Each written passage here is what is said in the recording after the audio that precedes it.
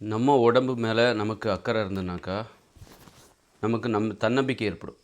தன்னம்பிக்கை எப்படி ஏற்படும் அப்படின்னா, நம்ம உடம்ப நம்ம கவனிச்சுக்கணும். அப்போ தான் நம்ம உடம்பு நமக்கு தன்னம்பிக்கையை கொடுக்கும். நீங்கள் உங்கள் உடம்புக்கு என்னத்தை கொடுக்குறீங்க அப்படின்னா, அந்த உடம்பு உங்களுக்கு திருப்பி கொடுக்கும். எதை கொடுக்குறீங்களோ அதை தான் திருப்பி கொடுக்கும். உங்கள் உடம்புக்கு நீங்கள் அன்பை கொடுத்தா, அந்த உடம்பு உங்களுக்கு திருப்பி அன்பை கொடுக்கும், நம்பிக்கையை கொடுக்கும். எவ்வளோ மோசமான சூழ்நிலையாக இருந்தாலும் சரி. இப்போ நீங்கள் ஒரு மாற்றுத்திறனாளியாக இருக்கீங்க, கை கால் செயலிழந்தவரா, போலியோ நோயால் இருக்கீங்க, யாராக இருந்தால் வேணாலும் இருந்துட்டு போங்க. ஆரோக்கியமாக இருக்கீங்க, எப்படி வேணாலும் இருக்குங்க. உங்கள் உடம்புக்கு நீங்கள் நன்மை செய்கிற செயல்களை செஞ்சீங்கன்னு வச்சுங்க. பார்த்து உணவை சாப்பிட்றீங்க, இதை சாப்பிடக்கூடாது, இதை சாப்பிட்ணும், அப்போ இதெல்லாம் சாப்பிட்டாக்கா இது நல்லது, உடற்பயிற்சி, இப்படி ஏதாவது ஒன்று பண்ணிட்டீங்கன்னா உடம்பை பாதுகாப்பதற்கான முயற்சிகளை நீங்கள் எடுத்து விட்டால் உங்கள் அறிவுக்கு தெரிஞ்சு உடனே உங்களுக்கு தன்னம்பிக்கை ஏற்படும். பாசிட்டிவான எண்ணங்கள் ஏற்படும், நேர்மறையான சிந்தனைகள் ஏற்படும்.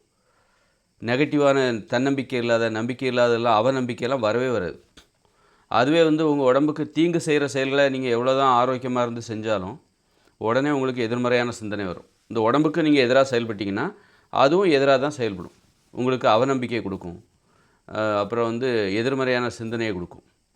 அதனால் நீங்கள் இப்போ ஒரு மாற்றுத்திறனாளியாக இருந்தால் கூட கை கால் ஏதாவது செயலிழந்து போச்சு, எப்படி, அதாவது ஏதோ ஒரு நிலையில் நீங்கள் பாதிக்கப்பட்டிருக்கலாம், அல்லது நீங்கள் குடித்து உங்கள் கை கால்கள் ஒருவேளை செயலிழந்து போயிருக்கலாம். எந்த ஒரு சூழ்நிலையிலையும் நீங்கள் மீண்டு வர முடியும்.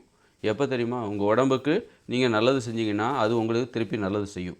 உங்கள் உடம்பை நீங்கள் கவனிச்சுக்கிட்டீங்க, அக்கறையாக இருக்கீங்க, எந்த ஒரு சூழ்நிலையும் அப்போ நீங்கள் எழுந்து நடக்கிற அளவுக்கு அது உங்களுக்கு தன்னம்பிக்கை கொடுக்கும். நடக்க முடியும் அப்படிங்கிற அளவுக்கு அது உங்களை தன்னம்பிக்கை கொடுத்து எழுப்பி நிப்பாட்டி வச்சு இப்போ இயல்பு நிலைக்கு அது உங்களை கொண்டு வந்துடும். அதனால தான் அது ஒரு பெரிய மருத்துவம் அது. அதனால தான் இப்போ மனிதர்கள் ஏன் இப்போ நாம் சாப்பிட்ற உணவு இருக்குல்ல, இது நமக்கு தீங்கு செய்யுது. நம்ம தெரியாமல் விஷத்தை குடித்தாலும் நம்ம செத்துருவோம். நான் தெரியாமல் தானே குடித்தேன் அப்படின்னு. அதுபோல் நம்ம சோறு, பூரி, பொங்கல், தோசைன்னு சொல்லி தெரியாமல் இந்த உடலுக்கு எதிரான வேலைகளை நம்ம செய்கிறோம். அதனால தான் நமக்கு அவநம்பிக்கை. அதனால தான் நம்மளால் அந்த உடற்பயிற்சி செய்ய முடியல. உடற்பயிற்சி செய்யணும், அந்த உணர்வெல்லாம் எப்போ வரும் தெரியுமா? நம்ம உடம்புக்கு நாம் நல்லது செய்யணும், பார்த்து கவனமாக இருக்கணும். இந்த உடம்பு ஒரு குழந்தைய தாய் பார்த்துக்கிற மாதிரி இந்த உடம்பை நம்ம பார்த்துக்கும் போது தான் நமக்கு அந்த நம்பிக்கை என்பதே வரும். இல்லைன்னா அவநம்பிக்கை தான் வரும். அதனால் நம்பிக்கையை பெறுவது எப்படி, மன உறுதியை பெறுவது எப்படி, என்னாலையும் போராட முடியும். இன்றைக்கி அப்படி தான் நிறைய பேர் இருக்காங்க. எல்லாமே நல்லா தான் இருக்குது, பணம் இருக்குது, எல்லாமே இருக்குது. வாழ்வதற்கான நம்பிக்கை ஏன் இல்லாமல் போகுதுன்னா உடம்புக்கு எதிரான வேலைகளை செய்கிறது. இப்போ நாம் சாப்பிட்ற அறியாமையின் காரணமாக நம்ம என்ன பண்ணுறோம்? நச்சு பொருட்களை உணவாக, அதாவது இந்த அரிசி, கேழ்வரகு, கோதுமை, மாமிசம், மீன், முட்டை, தயிர், மோர், பால், வெண்ணெய், நெய், இது நமது உடலுக்கு எதிராக நாம் செய்யக்கூடிய செயல்பாடுகள். இதை நம்ம செய்யக்கூடாது. இதை செஞ்சால் நமக்கு நிறைய வலிமை கிடைக்கும். மாமிசம்லாம் சாப்பிட்டா நிறைய வலிமை கிடைக்கும். ஆனால் அது நமது உடம்புக்கு ஏற்ற வலிமை கிடையாது, பொருத்தமான வலிமை கிடையாது. ஒரு குருவி ஒரு கூடு கட்டுது, அதை போய் ஒரு பெரிய மாளிகையில் போய் உனக்கு கூடு வேண்டாம், ஒரு மாளிகையில் போய் தான் நீ இனிமேல் மாளிகை தான் உனது கூடு அப்படின்னு சொன்னால் அங்கேயும் போய் அது கூடு தான் கட்டும். ஒரு மாளிகையை கொடுத்தா கூட அங்கேயும் போய் அது கூடு தான் கட்டும். ஏன் இந்த மாளிகையே உனக்கு சொந்தம் தான்ப்பா, நீ எதுக்கு தனியாக கூடு கட்டிகிட்டு இருக்க அப்படின்னா கூட அது எனக்கு இது தான்ப்பா, எனக்கு ஏற்றது இது தான் அப்படின்னு சொல்லிட்டு அந்த அதுபோல் நமக்கு ஏற்ற ஒரு வலிமைன்னு ஒன்று இருக்குது. அந்த வலிமைக்கு தான் ஆசைப்படணும். அது எதுலேருந்து கிடைக்குதுன்னா காய்கறிகள், கீரைகள், பழங்கள், பயிர் வகை, பருப்புகள், கடலைகள், காளான், இலைதலைகள். இந்த உணவில் நீ பச்சையாகவே வேக வச்சா சாப்பிடு. பச்சையாக சாப்பிட்டா ஒரு வலிமை கிடைக்கும். அதையே கொஞ்சம் வேக வச்சு சமைச்சு சாப்பிட்டா அதே காய்கறிகளையும் கொஞ்சம் அதிகமான வலிமை கிடைக்கும். இது போதும். இதுதான் மனிதர்களுக்கு ஏற்ற வலிமை, இந்த உடம்பால் தாங்கி கொள்கிற வலிமை. நம்ம மாமிசம், சோறு, பூரி, பொங்கல், தோசைன்னு இதெல்லாம் பயங்கர வலிமை. அது விண்வெளிக்கே போகிற அளவுக்கு மனிதர்களுக்கு நம்பிக்கை கொடுக்குது. அப்படி போய் தான் அது அழிவுக்கு தான் வழிவகுக்கும். அளவுக்கு அதிகமான தன்னம்பிக்கை, பொருந்தாத ஒரு வலிமை, இது எல்லாம் மனிதர்களை அழிவை நோக்கி அழைத்து செல்ல காரணமாக இருக்கிறது. இன்றைக்கி மனித இனம் அழிவை நோக்கி போகிறதுக்கு இந்த அளவுக்கு அதிகமான வலிமையை தருகிற, அளவுக்கு அதிகமான தன்னம்பிக்கை தருகிற, ஆபத்துகளை நோக்கி அழைத்து செல்கிற உணவு இது தான். அதனால் மனிதர்கள் ஒரு கட்டுப்பாடான வலிமைக்கு தான் ஆசைப்படணும். எனக்கு இது போதும், ஒரு எளிமையான வலிமைக்கு தான் ஆசைப்படணும், பெரிய வலிமைகளுக்கு ஆசைப்படக்கூடாது. அப்போ எளிமையான வாழ்வதற்கு ஏற்ற ஒரு வலிமை, குடும்பம், காதல், இப்படி ஒரு வாழ்க்கை, நண்பர்கள், ஆடல், பாடல், விளையாட்டு, இந்த ஒரு வாழ்க்கையை வாழ்வதற்கு தேவையான ஒரு வலிமை, அது காய்கறிகள், கீரைகள், கிழங்குகள், பயிர்கள், பருப்புகள், கடலைகள், காளான், இலைதலைகள், இதிலேருந்து கிடைச்சா போதும். ஒரு கிழங்கை நீ பச்சையாக சாப்பிடு, அதே வேக வச்சு சாப்பிட்டா இன்னும் நிறைய சாப்பிட்லாம். அப்போ இன்னும் கொஞ்சம் நிறைய வலிமை கிடைக்கும்.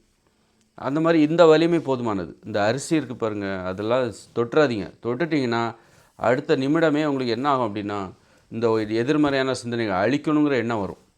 ஏன்னா உங்கள் உடம்பு அழிவை நோக்கி போகுது. இந்த உடம்புக்கு நீங்கள் என்ன சொன்னீங்க, என்ன கொடுத்தீங்களோ அதுதான் அதை செய்ய வைக்குது, அதை சிந்திக்க வைக்குது. ஒரு உணவை சாப்பிட்டால் உங்களுக்கு என்ன மாதிரியான சிந்தனை வருதோ அந்த சிந்தனை தான் அந்த உணவுக்கு சொந்தமானது. அந்த சிந்தனை அந்த உணவுக்கு சொந்தமானது. இப்போ விஷத்தை குடிச்சிட்டிங்க, அப்போ உங்களுக்கு ஒரு சிந்தனை வருதுல்ல, அது விஷ சிந்தனை. அந்த சிந்தனையை அந்த விஷம்தான் உருவாக்கிச்சு.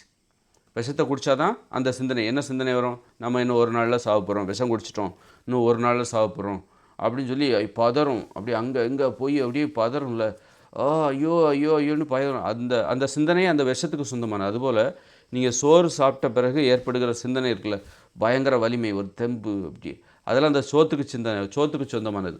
அந்த வலிமை என்ன பண்ணும்? உங்களை அழிவை நோக்கி அழைத்து செல்லும். விண்வெளிக்கு போகலாம், அங்கே போகலாம், இங்கே போகலாம், கப்பலில் போகலாம், கடல் கடியில் போகலாம், அங்கே என்ன இருக்குது, இங்கே என்ன இருக்குது அப்படின்னு சொல்லி மனிதர்கள் இந்த மாதிரி ஆராய்ச்சிலாம் பண்ணுறோம். எல்லாம் இந்த சோறு இது மாதிரியான விஷயங்கள் நமக்கு தருகிற ஒரு நம்பிக்கை தான். இதை நோக்கி போகும்போது ஏற்படுகிற விபத்துகள் தான் அழிவுகள். இந்த மாதிரி மிகப்பெரிய வலிமை பேராசைகளுக்காக நாம் பயணிக்கும்போது நமக்கு ஏற்படுகிற விபத்துகள், பிரச்சனைகள், அது நமக்கு பெரிய அழிவுகளை தருகிறது. அந்த அழிவுகளை விலையாக கொடுத்தால்தான் நீ அந்த ஆசையை அடைய முடியும். கடற்கடியிலிருந்து பெட்ரோல் எடுக்கிறது, கப்பலில் போகிறது, ஃப்ளைட்டில் போகிறது, இது எல்லாத்துக்கும் ஒரு வலிமை, பேய்த்தனமான ஒரு வலிமை அந்த அரிசி, கேழ்வரகு, கோதுமை இதிலேருந்து கிடைக்குது. கோதுமை, மாமிசம், மீன், முட்டை, தயிர், மோர், பால், வெண்ணெய், நெய் இந்த உணவுகளிலிருந்து கிடைக்கிறது. அதனால் நாம் ஒரு நேர்மறையான சிந்தனையோடு வாழணும், தன்னம்பிக்கையோடு வாழணும், ஆக்கப்பூர்வமாக வாழணும், பாதுகாப்பாக வாழணும், மகிழ்ச்சியாக வாழணும்னா நமது வலிமை ஒரு அளவுக்குள்ளே தான் இருக்கணும். அந்த வலிமை காய்கறிகள், கீரைகள், பழங்கள், பயிர்கள், பருப்புகள், கடல்கள், காளான் இந்த உணவுலேருந்து கிடைக்குது. உங்கள் உடம்புக்கு நீங்கள் நல்லது செஞ்சிங்கன்னா உங்களுக்கு நேர்மறையான சிந்தனைகள் வரும். உங்கள் உடம்புக்கு தீங்கு செஞ்சிங்கன்னா எதிர்மறையான சிந்தனைகள் வரும். இன்றைக்கி மனித இனம் எதிர்மறையான சிந்தனையால் பாதிக்கப்பட்டிருக்கிறது. அப்படி உருவான உலகம்தான் இந்த இயந்திர அறிவியல் உலகம். அதற்கு காரணம் இவர்கள் அறியாமையின் காரணமாக அரிசி, கேழ்வரகு, கோதுமை, மாமிசம், மீன், முட்டை, தயிர், மோர், பால், வெண்ணெய், நெய் ஆகிய உணவுகளை சாப்பிடுகிறார்கள். அதுதான் இவருடைய எதிர்மறையான சிந்தனைக்கு காரணமாக இருக்கிறது. அதனால் இதெல்லாம் மனிதர்களின் உணவே கிடையாது. மனிதர்களின் உணவுன்னா அது உலகம் முழுக்க ஒரே மாதிரி இருக்கணும். இப்போ மாடு உலகம் முழுக்க புல்லை தான் திங்குது. சிங்கம், புலியெல்லாம் உலகம் முழுக்க அது மாமிசத்தை தான் சாப்பிடுது. அதுபோல் மனிதர்கள் உலகம் முழுக்க எதை சாப்பிடுகிறார்கள்? அரிசியாக சாப்பிட்றாங்க உலகம் முழுக்க. ஒருத்தன் கோதுமை சாப்பிட்றான், ஒருத்தன் அரிசி சாப்பிட்றான், ஒருத்தன் மைதா சாப்பிட்றான். அதுலேருந்தே தெரியலையா இது நமது உணவு இல்லை அப்படின்னு சொல்லிட்டு. மாடு உலகம் முழுக்க புல்லை தான் திங்குது. அப்படி பார்க்கும்போது இது மனிதர்களின் உணவே கிடையாது. அரிசியோ கோதுமையோ உலகம் முழுக்க அரிசி சாப்பிட்ருந்தாங்கன்னு வச்சுக்கோங்க, ஓகே, இதை மனிதர்கள் அதுவும் எல்லா காலத்துலேயும் சாப்பிடணும். மாமிசத்தை சிங்கம், புலி சாப்பிடுதுன்னா அது இந்த உலகத்தில் இருக்கிற வரைக்கும் சாப்பிட்டுட்டு தான் இருக்குது. 10 லட்சம் வருஷத்துக்கு முன்னாடி கூட சிங்கம், புலி இந்த உலகத்தில் இருக்குதுன்னா அப்பவும் இது மாமிசத்தை தான் சாப்பிட்டுது. ஆனால் நாம் ஒரு 100 வருஷத்துக்கு முன்னாடி கூட அரிசியை சாப்பிடல, அரிசியை பார்த்தது கூட கிடையாது. 100 வருஷத்துக்கு முன்னாடி பெரும்பாலான மக்கள் அரிசியை பார்த்துருக்க மாட்டாங்க. அரிசி, சோளம், சாணை, திணை, சாமை இந்த மாதிரியான உணவுகளை தான் சாப்பிட்ருப்பாங்க. அந்த மாதிரி அரிசினா என்னன்னு தெரியாத உலகத்தில் பல பேர் இருக்காங்க. ஐரோப்பாவில் அரிசினா என்ன அப்படின்னு தெரியாதவங்க இருப்பாங்க. இன்றைக்கி தான் வியாபாரங்கிற பேரில் அரிசி எல்லா ஊர்களுக்கும் கொண்டு போய் காமிச்சு அதை வியாபாரம் பண்ண பார்க்குறாங்க. அதுபோல் கோதுமைன்னா என்னன்னு தெரியாமல் தான் ரொம்ப காலமாக நம்ம இருந்திருப்போம். கோதுமைன்னா என்னப்பா அப்படின்னு சொல்லிட்டு. அப்புறம் அது வியாபாரிகள் நம்மக்கிட்ட எடுத்துகிட்டு வராங்க, திணிக்கிறாங்க, நமக்கு தேவையாதை மாற்றுறாங்க. நாம் நினச்சிக்கிறோம் அது உண்மைன்னு நம்பி அதை சாப்பிட்றோம். அதனால் உலகம் முழுக்க எல்லோரும் சாப்பிடக்கூடிய உணவு எது? காய்கறி தான். எல்லோரும் என்ன தான் நம்ம உணவு அரிசி, கோதுமைன்னு வேறுபட்டு இருந்தாலும் எல்லாரிடமும் இருக்கிற ஒரு ஒற்றுமை என்னது? காய்கறிகளை தான் எல்லாருமே சாப்பிட்றாங்க. எல்லா காலத்துலேயுமே சாப்பிட்ருப்பாங்க. இன்னும் 10 லட்சம் வருஷத்துக்கு முன்னாடி கூட மனிதர்கள் காய்கறிகளை தான் சாப்பிட்ருப்பாங்க. ஆனால் அரிசியை சாப்பிட்ருப்பாங்களா? அரிசிங்கிறது பூமியில் இருந்திருக்குமாங்கிறது சந்தேகம் இருக்குது.